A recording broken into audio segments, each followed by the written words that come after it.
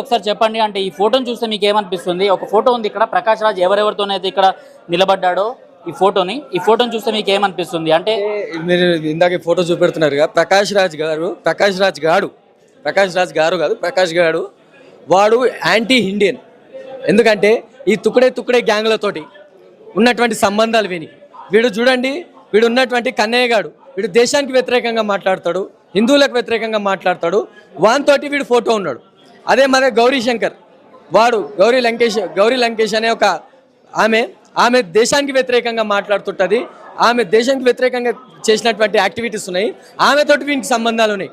ముందుగా వీని మీద యాంటీ ఇండియన్ అనేది ఒక కేసు నమోదు చేసి వీని వెంటనే అరెస్ట్ చేయాలి. వీని మీద హిందువుల వ్యతిరేకంగా మాట్లాడుతున్నందుకు వీనికి చెప్పులతో కొట్టే రోజులు వస్తాయి. వీడు హైదరాబాద్లో ఎక్కడ వచ్చినా వీని వదిలే ప్రసక్తే లేదు. వీడిని వేటాడతాం. వీడు ఎక్కడ షూటింగ్లు చేసినా వీడు